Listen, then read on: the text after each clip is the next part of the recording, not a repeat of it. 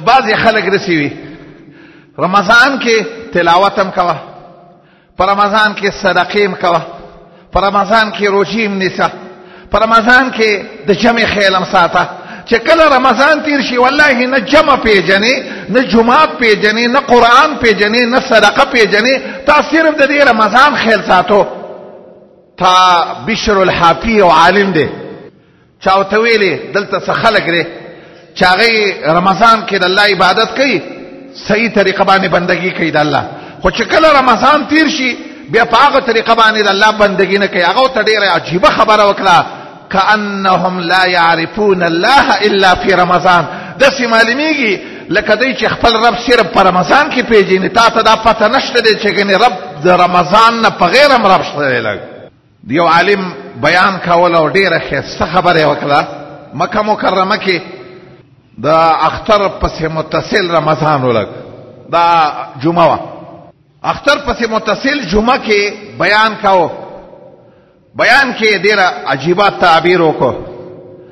کله چې محمد رسول الله د دنیا نه لاړ صلی الله علیه وسلم، صحابو کې ډېر زیات اختلاف پیدا شو.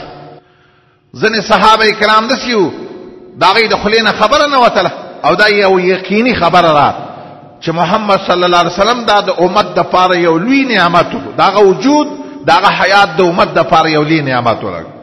د چا خپو کار پرېښودو.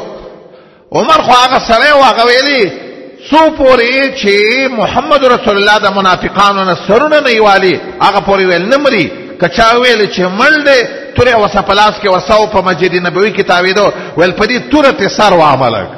د عمر مقابله کې څوک نشو ودرېدلی، څوک داسې سړی نه و چې هغه را پاڅېدلی وي ورته ویلي چې لکه عمر ساعت ختلې ده او پات شوی دی. لږ چې کله ابوبکر صدیق راغی رضی الله تعالی سنه نومي مقام کې د هغه بانډه وه، د باندې نه چې راغی هلته ورته خبر وشو چې محمد رسول الله وفات شوی دی صلی الله علیه وسلم.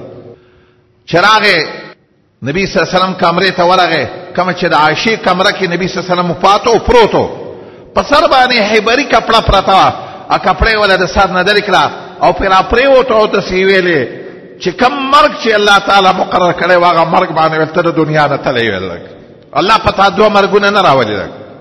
داسې الله نه کوي چې بیا به دې ژوندی کوي په دنیا کې او بیا به دې وجني، داسې نه کېږي. بس یو مرګ چې تعالی کم مقرر شوی هغه باندې ته مړی بس.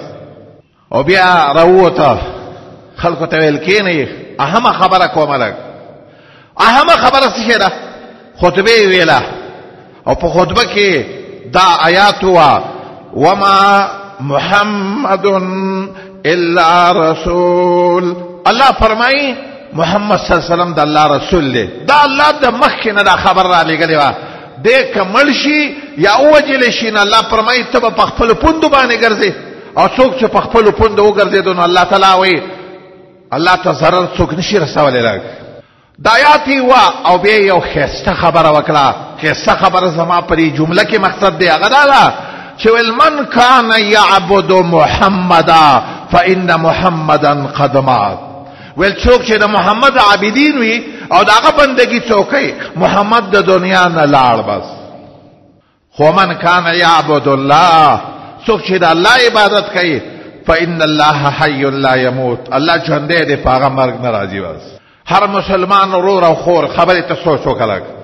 تا د رمضان عبادت کاو کو تا د رب د رمضان عبادت کاو، که د رب د رمضان عبادت دې کړی والله څنګه چې په رمضان کې الله مو اوس هم الله شته دی. لږ مخکې څه وجه وه چې تا صرف په رمضان کې د جمع خیل ساتو؟ مخکې څه وجه وه چې تا صرف په رمضان کې د قیام اللیل یا د تراود و تهجد؟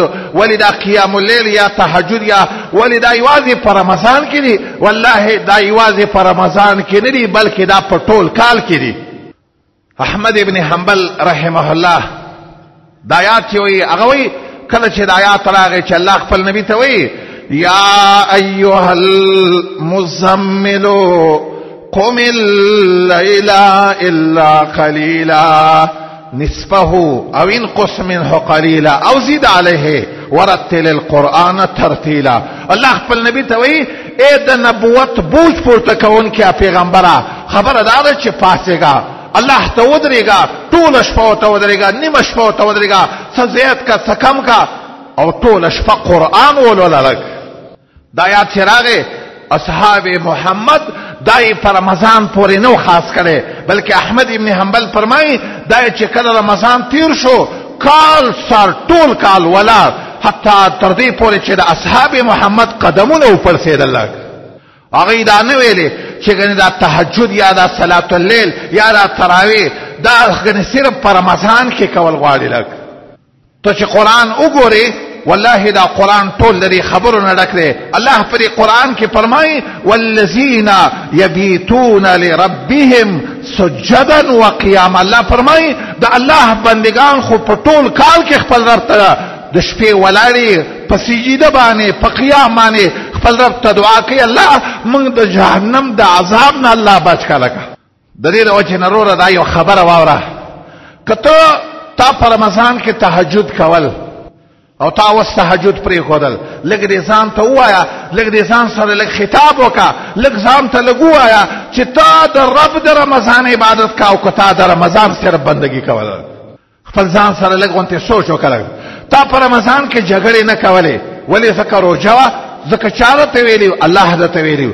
نو دا خبره واوره یوازې په رمضان کې خبره نه ده، اوس به ته د رمضان نه وروسته هم د دې سوچ وکړه چې ته اوس دې څه حال دی د دې نه وروسته. د دې د وجې نه دا خبره یو اهم خبره واوره. کله به تا ته پته لګي چې زما رمضان الله قبول کړی دی که نه دی قبول کړی، دا خو چا ته پته نه لګي. خو یو خبره واوره، که ته د رمضان نه مخکې چې رمضان کې چې څنګه وې اوس هم هغه شانته یې، ته په دې پوه شه چې تا نه ستا دی رب ستا رب چې دی تا نه رمضان قبول کړی دی. لږ چې تا اوس خبره پاستر کړله، اوس رمضان کې دی د حلال او د حرامو څه کې خپله حلاله ډوډۍ دی والله د الله د یېرېدله څه نه خوړله. ولې رب نه یېرېدلې، دا درته ګناه ښکارېدله. اوس د رمضان نه وروسته به هم د حرامو نه ځان ساتې، که نه ساتې تاسې نبی صلی الله علیه وسلم مخکې نه داسې خبره کړې وه. ډېر خلک روژې نیولي، خو والله د هغې دپاره د روژو د نیولو نه سوا د لږې او د تندې نه نور هېڅ هم نه یې لکه بس.